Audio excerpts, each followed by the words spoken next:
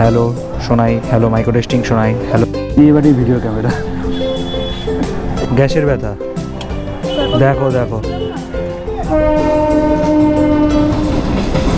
কত কিউট হয়েছে। আমি কিন্তু তোর গিটার বাজানো দেখি, তুই কি ভেবেছিস? দেখা হবে বিয়ের সময়, এইবার বুঝতে পেরেছি কি অবস্থা বেচারা, এত পোস্ট দেওয়ার পর এই ছবি তুলেছে।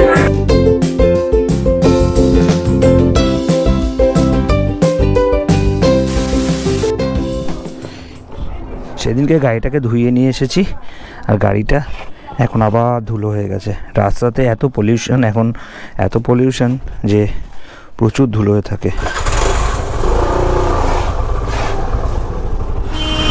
এই রাস্তা ধোয়ানোর ছিঁড়ি, এই রাস্তা ধোয়ানোর ছিঁড়ি কাজ দেখাচ্ছে, কোনো সিস্টেম নেই, কিচ্ছু নেই। এই তো রাস্তাঘাটের অবস্থা, পুরো কলকাতা শহরের রাস্তাঘাট ভাঙাচোরা। এই ভ্যানওয়ালা, আচ্ছা হ্যাঁ হ্যাঁ, ও এই ট্রলিটা চালাচ্ছে, ট্রলিটাতে মাইলেজ মিটার লাগানো রয়েছে। মানুষের কাছে যেটা থাকে সেটাতেই মানুষ হ্যাপি থাকা উচিত, সেই জন্য বলছে হ্যাঁ এটা আলাদা করে লাগানো। হ্যাঁ এটা আলাদা করে লাগিয়েছে ও। আজকে কী বার? আজকে তো হচ্ছে শুক্রবার মনে হচ্ছে, হ্যাঁ শুক্রবার আজকে। শনিবার যানবাহন কম থাকে কারণ অনেক অফিস কাছারি ছুটি থাকে, কিন্তু আজকে শুক্রবারে অফিস টাইমে এতটা যানবাহন নেই বললেই চলছে। কারণটা কি জানি না অবশ্য। আজকে একটু আমি ডাউন আছি, আমার কথাবার্তা একটু ডাউন লাগছে, কারণ শরীরে একটু এনার্জি কম আছে। সব সময় তো মুডও ভালো থাকে না, সমান থাকে না মুড।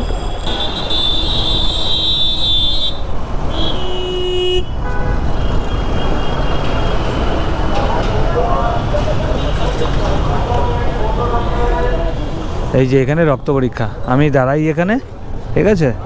তুমি ভেতর থেকে এসো নাকি আমিও যাব? অসুবিধা, গাড়িটাই বা রাখি কই বলো?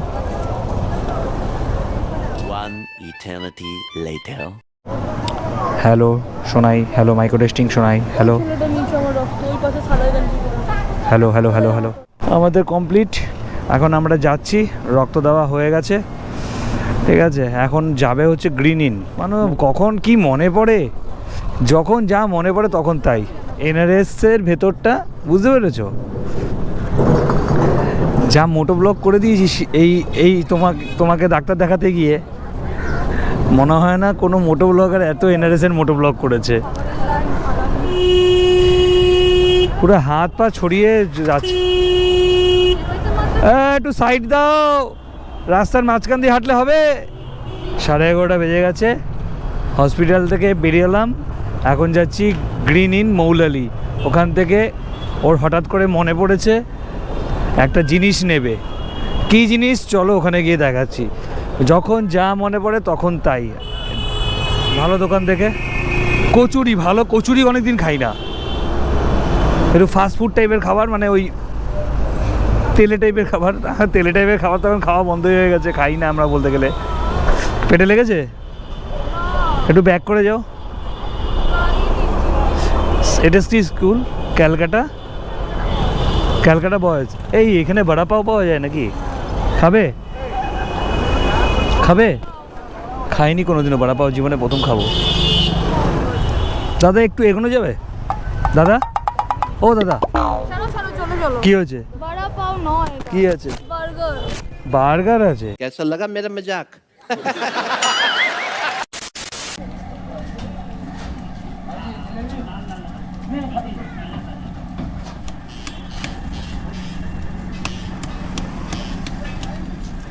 হলো খাওয়া। লঙ্কাগুলো দেখো, পাটের লঙ্কা, ওই ফেলে দিল দেখো, দেখিয়েছি সঙ্গে সঙ্গে। ওই দেখো একটা লঙ্কা দিয়ে খাচ্ছে। লঙ্কা খেও না, হয়তো ব্যথা করছে, গ্যাসের ব্যথা, দেখো দেখো। সকাল থেকে না খেয়েছিলে, এখন কচুরি খেলে। আরে তার আগে দিয়ে ব্যথা করছে। চলো না, তুমি তো আরো নাটক করো। ও ব্যথা হবে তোমার, আর আমার উপর ঝাড় করবে। चीटिंग करता है तू।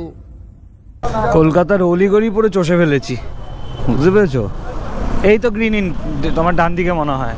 এই যে হ্যাঁ বুঝতে পেরেছি, আমি এই রাস্তাতে কাজে এসেছিলাম। এই যে লাচ্ছা, এই গোল্ডেনটা নাও, ঠিক আছে। Many, many minutes later. এই দোকানটা রোজ দেখি, কিন্তু একটা দিন ঢোকা হয় না।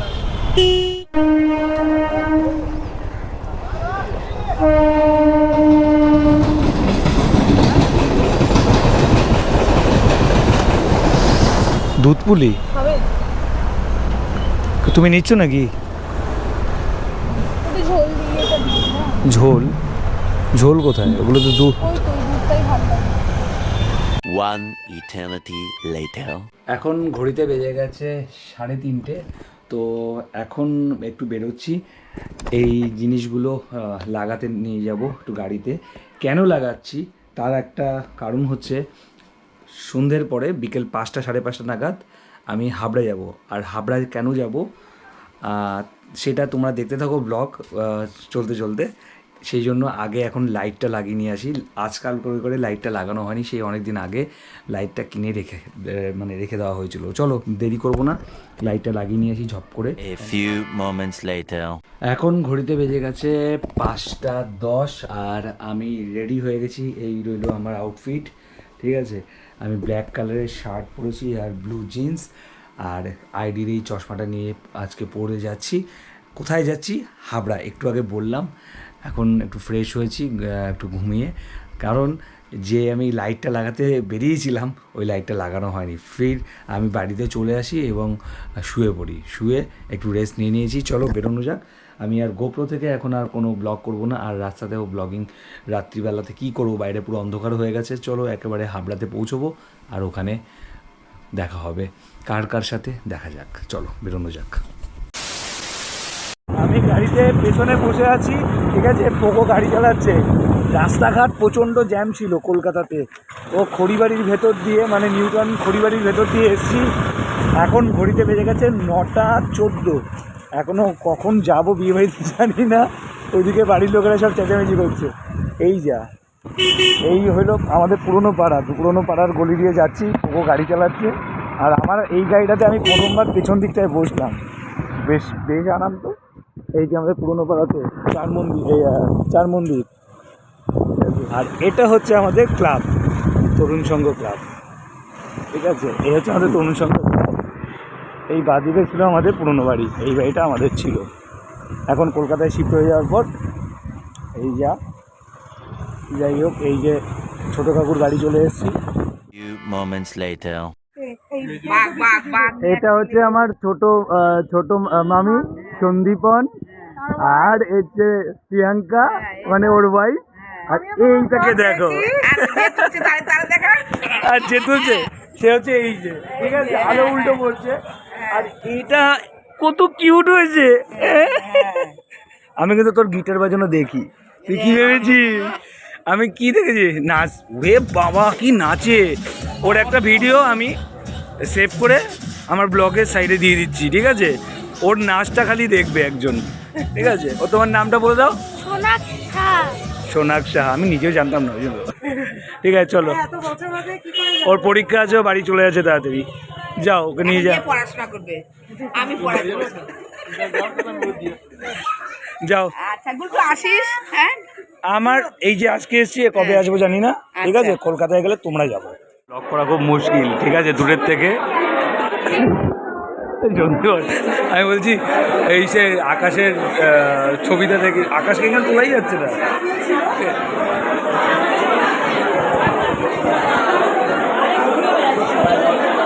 বলছি তোর গিন্নি, ঠিক আছে, আমাকে রিপ্লাই দিয়েছে, দেখা হবে বিয়ের সময়। এইবার বুঝতে পেরেছো? হ্যাঁ, ব্যস্ত হয়ে গেছে সবাই। যাই হোক, ভালো সাজিয়েছিস, সব কিছু ভালো হয়েছে। এবার আমিও টাটা বাই বাই হবো, কলকাতা বেরোতে হবে, ঠিক আছে। হ্যাঁ ও আচ্ছা, এটা তোর বৌদি দিয়েছে। ওকে বেরোলাম। হ্যাঁ, ওরা দেখো স্বামী স্ত্রী মিলে কি করে বেড়াচ্ছে, দেখো এই কোনা দিয়ে ওই কোনা দিয়ে, কি অবস্থা বেচারা।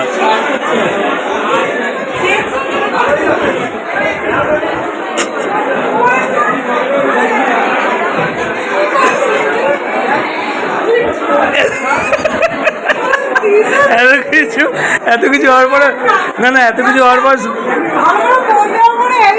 এই এত পোস্ট দেওয়ার পর এই ছবি তুলেছে মাটিটা মানে 70% মাটি 70% ঠিক আছে ওটা ছবি তোলার জন্য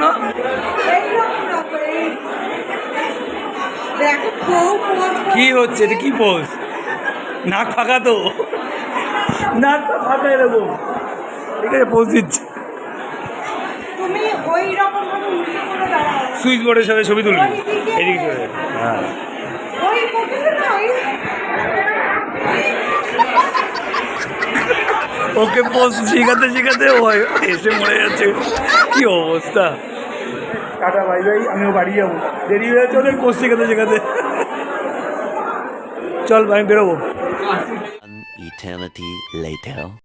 এখন ঘড়িতে বেজে গেছে রাত্রি প্রায় প্রায় না রাত্রি 1টা আমি ঢুকে গেছি 12:30টার সময় আমি ঢুকে গেছি বাড়িতে আহ, রাস্তায় প্রচণ্ড জ্যাম ছিল কেননা বাংলাদেশ বর্ডারের থেকে যে সমস্ত লরিগুলো এদিকে আসছে মানে মোদ্দা কথা শহরতলির উপর লরি ঢুকে যায় রাত্রিবেলা এত জ্যাম ছিল সব থেকে ঘাটিয়া রাস্তা যেটা বলবো সেটা হচ্ছে যশোর রোড এ জনমে আমার মনে হয় না যশোর রোড আর কোনো উন্নতি হবে এত সরু রাস্তা আর তার মধ্যে এত জ্যাম যাই হোক প্রশাসন কী কাজ করছে ভগবান জানে হ্যাঁ কিছু কিছু জায়গায় যে সমস্ত ছোট ছোট খালের মতন যা পাসগুলো ছিল ওই জায়গাগুলো ডবল লেন করে দিয়েছে বাট ওটুকু ছাড়া আর রাস্তার কোনো উন্নতি হয়নি যশোর রোড কবে উন্নতি হবে ভগবানও জানে না হয়তো আশা করি প্রশাসন যদি এটা নিয়ে একটু চিন্তা করে খুব ভালো হয় আর মধ্যমগ্রাম থেকে বাকি রাস্তা সব কলকাতার দিকে বাকিটা ঠিক আছে